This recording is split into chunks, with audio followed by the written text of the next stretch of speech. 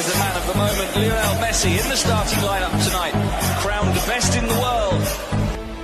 ഉരുണ്ട ഭൂമിയിലെ പരന്ന ഗ്രൗണ്ടിൽ എതിരാളികളെ കാലിലെ തന്ത്രം കൊണ്ട് താഴിട്ട് പൂട്ടി കളിക്കളത്തിൽ കാവ്യാനുഭൂതി സൃഷ്ടിക്കുന്ന കാട്ടാളന്മാരുടെ വീരനായകൻ ലയണൽ ആന്ദ്രസ് മെസ്സിയുടെ 34ാം ജന്മദിനമാണിന്ന്. ഫുട്ബോളിലെ മിശിഹ തിരുപ്പിറവിക്കൊണ്ടതിന്റെ ഓർമ്മ പെരുന്നാൾ.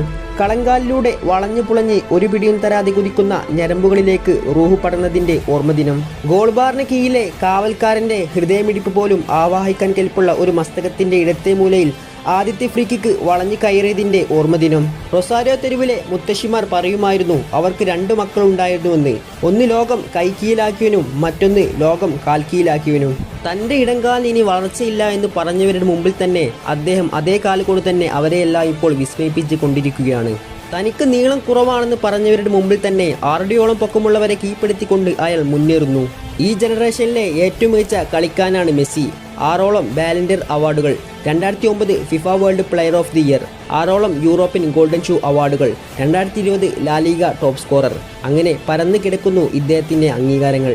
മെസ്സി മറ്റേതോ ഗ്രഹത്തിൽ നിന്നുള്ളതാണെന്ന് പറഞ്ഞ അലിസൺ ബക്കറും മെസ്സിയുടെ കാലത്ത് ജീവിക്കാൻ കഴിഞ്ഞതാണ് ലോകകപ്പ് കിരീട നേട്ടത്തേക്കാൾ വലിയ സൗഭാഗ്യമെന്ന് പറഞ്ഞ ഇതിഹാസവും ജീവിക്കുന്ന വർത്തമാനകാലത്ത് അയാളുടെ ഓരോ ജന്മദിനവും വിലയേറിയതാണ്. അസ്തമയത്തിന് ശേഷം ഒരു ഉയർത്തെഴുന്നേൽപ്പില്ലെങ്കിൽ അത് സൂര്യനല്ലാതിരിക്കണം. കുരിശേറ്റത്തിന് ശേഷം ഒരു ഉയർത്തെഴുന്നേൽപ്പില്ലെങ്കിൽ അത് മിശിഹ അല്ലാതിരിക്കണം.